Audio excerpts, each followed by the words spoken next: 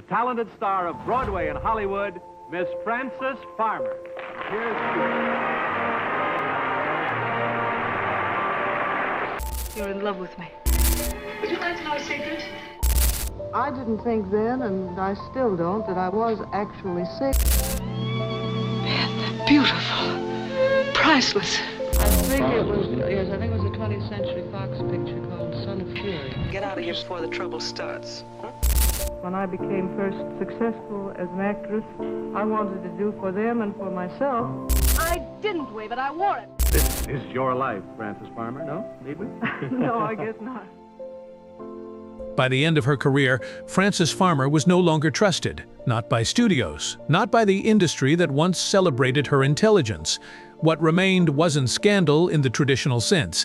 It was distance, silence, a reputation that followed her longer than her work ever did.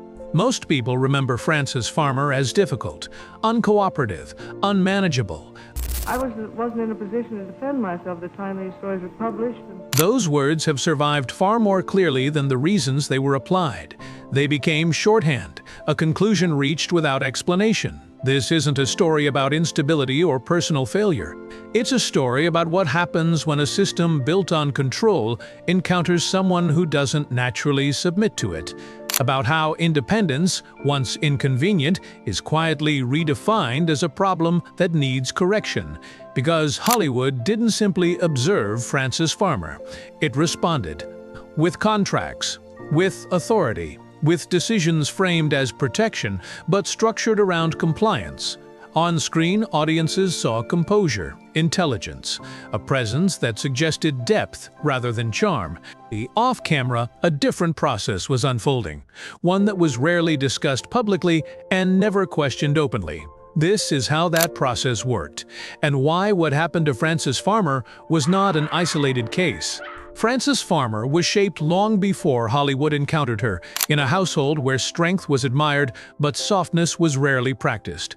She was born into an environment defined less by chaos than by imbalance, where emotional signals were clear but comfort was inconsistent.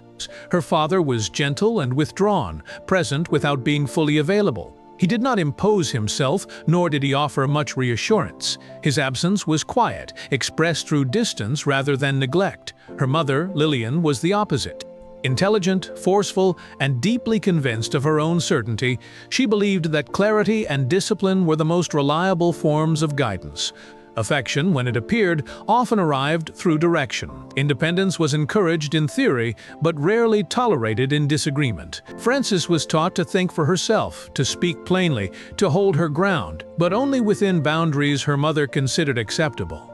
The contradiction was subtle, but persistent. Strength was praised, so long as it aligned. Resistance, once expressed, was met not with argument, but with withdrawal. From an early age, Frances learned that approval could be conditional without being cruel, that love could coexist with pressure, that certainty, once claimed, often mattered more than comfort. These lessons did not harden her. They clarified her. She became attentive, serious, and precise in how she spoke and moved through the world.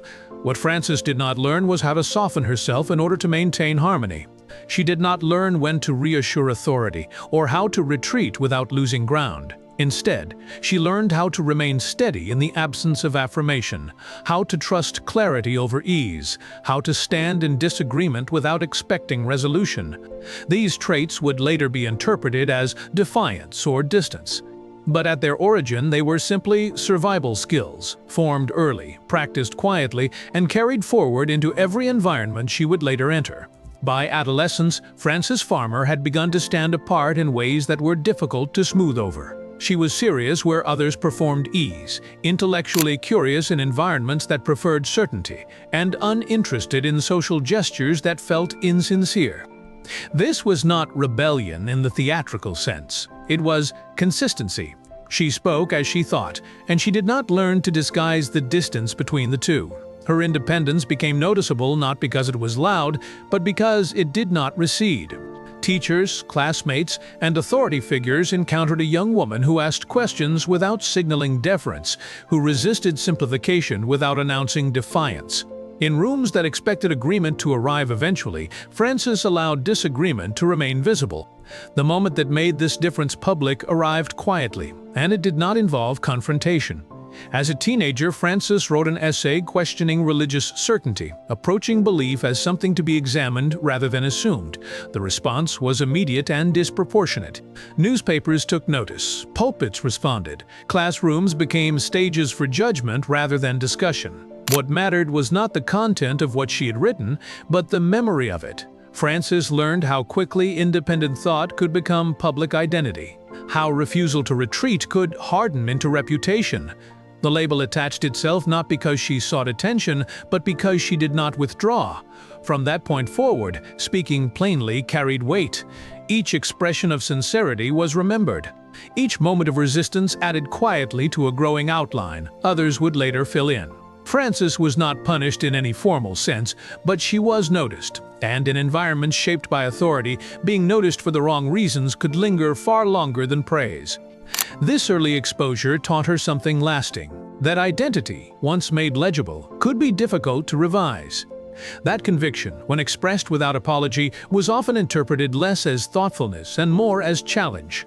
And that clarity, while respected in theory, could become inconvenient when it refused to soften itself. When Frances Farmer entered the University of Washington, she did not turn to theater as an escape from herself. She turned to it for structure. Acting offered something she had rarely experienced, a space governed by rules that were clear, expectations that were articulated, and boundaries that could be understood without guesswork. On stage, seriousness was not a liability. Intelligence was not something to disguise. Focus, intensity, and precision were treated as tools rather than temperament. Frances responded to this environment immediately. She worked diligently, approached roles with care, and engaged deeply with material that rewarded thought over charm. Recognition followed, but it arrived in a particular form. She was respected more than embraced, admired more than protected. Teachers and peers acknowledged her talent, yet held her at a slight distance, unsure how to translate appreciation into familiarity. Frances learned to accept this separation without resentment. Standing slightly apart had already become familiar. What theater provided was not belonging but coherence. The rules of engagement were visible. Authority operated through instruction rather than implication. Disagreement could be expressed within the work itself, absorbed into performance rather than punished. For someone accustomed to conditional approval, this clarity felt stabilizing. Within this structure, Frances refined the skills she already possessed. She learned how to hold her ground without escalation, how to remain steady under observation, how to let the work speak where reassurance was expected. These traits served her well, reinforcing the belief that environments could exist where difference was not only tolerated, but useful. At this stage, authority had no reason to resist her. Her intensity was an asset. Her seriousness was productive. Her independence, still contained within a system that benefited from it, was allowed to remain intact. The conditions that would later transform these qualities into liabilities had not yet fully taken shape. When Hollywood entered Frances Farmer's life, it did not arrive as opposition. It arrived as possibility. She was noticed not in spite of her seriousness, but because of it. At a time when studios relied on familiar patterns, her intelligence and restraint felt modern, offering something slightly sharper than the prevailing mold. Early roles confirmed what casting directors already suspected. Frances was disciplined, focused, and capable of carrying material without excess. She approached her work with care, resisted exaggeration, and trusted stillness where others relied on display. Audiences responded to this difference. Critics took note of the thought beneath her performances, and studios promoted her as substantial and sophisticated. Trust followed quickly. Frances showed up prepared. She engaged deeply with scripts. She took direction seriously, but not passively. For a time, this balance worked in her favor. Her refusal to oversell emotion read as integrity rather than resistance. Her clarity felt like professionalism. Yet acceptance in Hollywood is rarely unconditional. As Frances's visibility increased, so did the expectations attached to her presence. Publicity demanded polish. Interviews required ease. The version of her that had been admired now needed to be legible to a broader audience. Difference was welcome, but only so long as it remained manageable. Studios began to shape an image around her, one that emphasized seriousness without acknowledging its source. Frances was expected to maintain depth while smoothing its edges, to remain distinctive without disrupting comfort. These expectations were not stated openly. They were implied, reinforced through repetition, and absorbed gradually into the structure surrounding her. At this stage, nothing had yet gone wrong. Frances continued to work. Opportunities remained available, but the terms of her acceptance had begun to shift. Trust was no longer based solely on performance. It had quietly expanded to include tone, compliance, and the willingness to adjust oneself in ways that were never formally requested. As Frances Farmer's career progressed, the distance between what she offered and what was expected of her began to narrow. Visibility brought opportunity, but it also brought pressure. The qualities that had once distinguished her now required explanation. Seriousness, once praised, needed to be softened. Intelligence, once admired, needed to be tempered with ease. Publicity became part of the work. Appearances were expected to reassure as much as promote. Charm was no longer optional. Frances did not refuse these demands outright, but she did not inhabit them naturally. She questioned scripts she found shallow. She resisted performances that felt dishonest. When asked to adjust her tone, she responded with clarity rather than accommodation. These moments were not framed as artistic conviction. They were recorded as difficulty. Each insistence on meaning, each hesitation to comply, was noted and remembered. No single refusal defined her reputation. Instead, it formed through repetition. A pattern observed, discussed, and quietly agreed upon. In a system built on predictability, consistency can become its own liability. Frances did not oscillate between compliance and resistance. She remained steady. She continued to ask questions in environments that preferred resolution. Over time, this steadiness unsettled those responsible for managing her image. Language began to shift. Intelligence was reinterpreted as arrogance. Seriousness became temperament. Independence, once an asset, was marked as a concern. These interpretations did not require confrontation. They circulated through conversation, memo, and expectation, shaping how Frances was approached before she ever entered the room. Still, her career continued. She delivered on screen.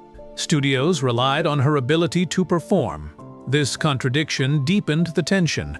Frances was trusted to do the work, but not to define it, admired for her talent, but monitored for her tone. The question was no longer whether she was capable, but whether she was manageable. When open disagreement became inconvenient, authority did not respond with confrontation. It adjusted its language. Conversations shifted from collaboration to concern. What had once been discussed directly was now framed carefully, wrapped in terms that sounded reasonable and protective. Suggestions began to narrow into assumptions. Decisions were presented as necessary rather than optional. Frances noticed this change not through any single exchange, but through repetition. The same phrases returned. The same interpretations were applied to different situations. Over time, the range of acceptable responses around her grew smaller, even as the tone remained calm. This was the point at which concern entered the record, not as accusation and not as conflict, but as classification. Frances's behavior was no longer discussed as difference or conviction. It was contextualized as something to be managed. Language did the work that authority did not need to perform openly. Intervention was framed as care. Adjustments were described as support. The possibility of disagreement was quietly removed by presenting outcomes as inevitable. Frances was not asked whether she agreed. She was informed of what was appropriate, what was reasonable, what was in her best interest. There were no raised voices, no visible punishment. Control operated through framing rather than force. By the time choices were limited, they no longer appeared to be choices at all. They were presented as conclusions already reached, justified by a reputation that had been forming for years. This shift marked a turning point, not because something dramatic occurred, but because the terms of engagement changed. Frances was still present, still capable, still working, but the authority surrounding her had hardened. Trust had not disappeared. It had simply transformed from confidence in her judgment to caution about her presence. As the language around Frances Farmer changed, so did the meaning assigned to her interior world. What had once been understood as clarity began to feel, to those observing her, like rigidity. Transparency, rather than building trust, became a source of unease. Frances did not perform reassurance. She did not soften disagreement to maintain comfort. And this refusal to manage others' perceptions of her inner state was increasingly interpreted as instability. There was little separation between what Frances believed and how she behaved. She did not compartmentalize easily. When something felt dishonest or constraining, she responded directly, without masking her reaction for the sake of harmony. In environments that relied on emotional compliance, this consistency was difficult to accommodate. Explanation no longer restored trust. Frances could articulate her position clearly, but clarity was no longer what was being requested. The system had shifted from conversation to assessment. Her inner life was no longer treated as experience, but as evidence, something to be interpreted, catalogued, and acted upon. Because she resisted performing emotional ease, others began to speak for her. Interpretations replaced dialogue. Concern replaced curiosity. The private world she had guarded carefully became justification rather than context. Choices were narrowed without argument, and limits were imposed without confrontation. Frances did not lose herself in this process. She remained steady in her convictions. But steadiness, in this environment, no longer signaled reliability. It signaled risk. And once identity is reframed as liability, it becomes difficult to distinguish between care and control. The boundary between support and restriction blurred quietly, without anyone needing to declare when it had been crossed. What followed was not a collapse, nor was it an expulsion. Frances Farmer was not removed abruptly from Hollywood structures. Instead, the structures began to recede from her. Opportunities narrowed quietly. Conversations shortened. The momentum that had once carried her forward slowed without explanation. There was no single decision that marked this change, no announcement that her place had shifted. Absence accumulated through omission rather than action. Roles that might once have been offered were redirected elsewhere. Interest cooled. Attention moved on. The system did not need to reject her openly. It only needed to stop extending itself. Silence proved sufficient. Without confrontation, responsibility dissolved. Frances's diminishing visibility was framed not as consequence, but as inevitability. Her distance from prominence was explained through personal shorthand rather than structural choice. The language that had once labeled her difficult now completed its work by making her absence appear natural. Her name did not disappear. Her work remained catalogued, but the context that once amplified her voice was no longer present. Hollywood preserved what fit its existing narratives and allowed the rest to fade. This selective remembrance protected the system from reflection. It required no acknowledgement of friction, only acceptance of outcome. In this way, withdrawal replaced punishment. Control functioned through disengagement rather than force. Frances remained capable, but the space available to her no longer expanded. The distinction between being unwelcome and being unsupported blurred, leaving behind a quiet gap where presence had once been sustained. Frances Farmer lived beyond the height of her recognition, moving through years defined less by visibility than by distance from the structures that had once shaped her days. These later periods were quieter, not because she lacked presence, but because the system that had amplified her no longer extended itself in the same way. What remained was not collapse, but residue, the lingering weight of how she had been described and remembered.